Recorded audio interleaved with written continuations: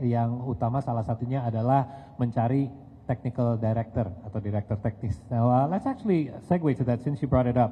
Technical director is a role that has been assigned for you to have input in findings. So, you yourself have had obviously much experience in a technical director or director of sports.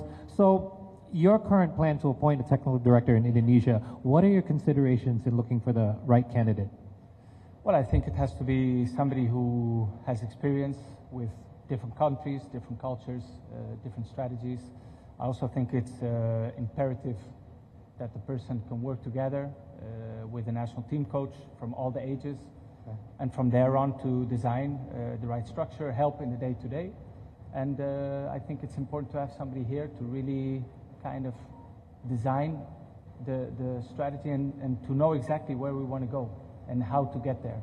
So I think it's important to have somebody who, again, I repeat, has experience abroad, that he's open-minded, that he's quick to adapt to new places, because every culture is different, and it's important to work together as a group, as I said before also, together with the federation, together with the coaching staff, and all together to try to create the same direction, the same path towards good results.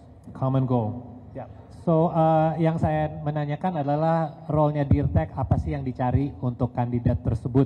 Dan yang pasti kalau Jordi ingin kandidat untuk Dirtek ini bisa seseorang yang punya pengalaman di berbagai negara-negara lain di dunia ini. Karena dia juga ingin seseorang yang punya pengetahuan yang luas, pengalaman yang luas, dan juga dari kebudayaan juga terekspos sama kebudayaan lain di luar Indonesia saja, dan juga bisa kerjasama sama tim PSSI sama pelatih-pelatih di setiap level untuk membentuk strategi yang tepat untuk semua level bisa menuju ke goal yang sama, yaitu meningkatkan sepak bola di Indonesia. So I want to talk about your personal experience, because you mentioned how it would be good to have a technical director that has a more worldly experience, I suppose, like a more global kind of cultural experience. You yourself have a very interesting background. You obviously are a son of arguably the best Dutch footballer of all time, but you actually started at a young age in Spain. Can you tell us a little bit about how that experience was for you, having played at the youth level in Spain, and actually you make a home in Spain as well? Yeah, I think that's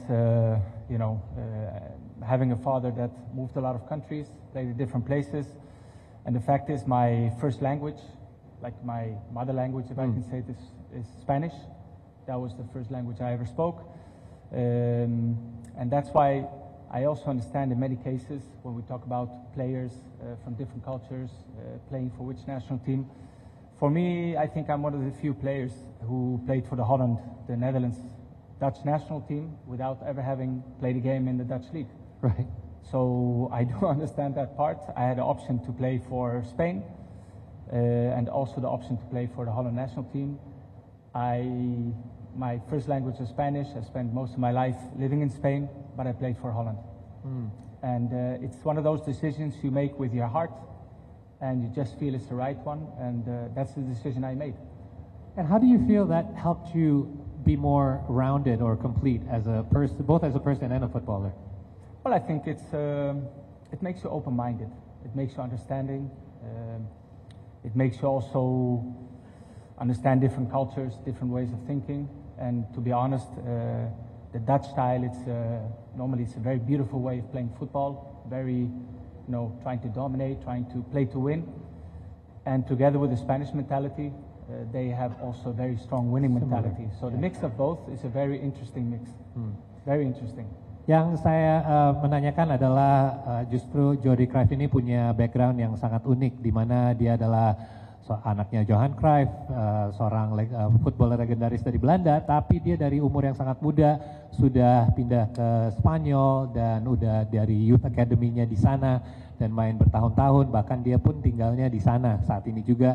Bahasa utama dia juga Spanyol, dan tadi juga sebut bahwa ada fakta menarik di mana dia sebenarnya salah satu pemain timnas Belanda yang tidak pernah main di Liga Belanda sama sekali. dan dia ada pilihan untuk main mau di timnas Spanyol juga bisa, tapi dia lebih memilih dengan hati dan ingin main untuk Belanda. Dan ini menarik buat saya sendiri ya, karena ini adalah banyak yang bisa dicocokin sama Indonesia saat ini juga. Timnas juga penuh dengan pemain lokal dan juga diaspora, dan ini mungkin bisa jadi sesuatu yang sangat relatable buat Jordi. Saya juga ingin tahu apakah ini bisa membantu justru dia dengan role-nya sebagai penasihat teknis, dan dia juga merasa ada banyak kesamaan ya antara sepak bola di Belanda maupun sepak bola di Spanyol, di mana targetnya adalah untuk menang tapi juga main sepak bola yang indah, dan ini semoga bisa membantu dia juga untuk bisa terapkan joint culture ini di Indonesia juga di sepak bola kita di PSSI. I want to go to some of your other worldly experiences, because not only have you spent a lot of time in Europe and some of the best leagues, but you've also had time in Asia. Your time when you were in China, what was your experiences in regards to comparison? How was football in Asia different from what you had experienced prior to that? Well, I think one of the key points, I think it's the detection of young talents. I think it's a huge country, so it's very difficult to unify criteria, to have the same philosophy for everyone. And I think that's the main difference. When young players make a debut in Barcelona at the age of 17, 18, people just see the game. But there's a lot of invisible work being done already from the age of 7 or 8 years old with these players who just don't appear. It's a development, and the quicker you can find young talent and the earlier you can develop them, the better they will be when they reach the premium age in which they have to play for the club, for the national team. So I think that's one of the key points. But from my experience in Asia, of course, it's you have to adapt. You can't just copy everything. You just need to adapt, to understand different cultures, different ways of thinking, and then you try to unify the idea to try to get the best results. And to be honest, I loved the experience there. It was 2 different clubs for 3 seasons, even though it was a bit in the COVID time, so it was difficult. The leagues were stopped for a while, but I really loved that experience. Yeah.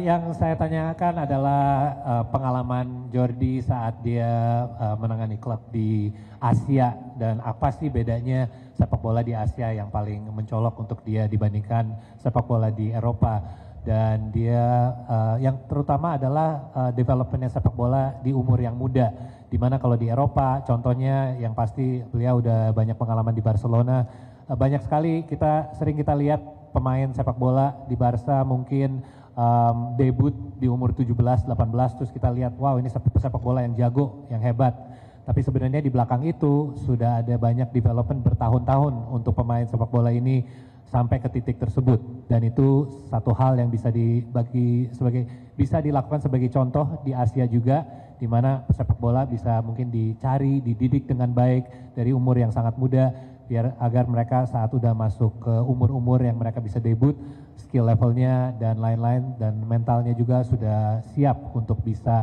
di level yang lebih tinggi lagi.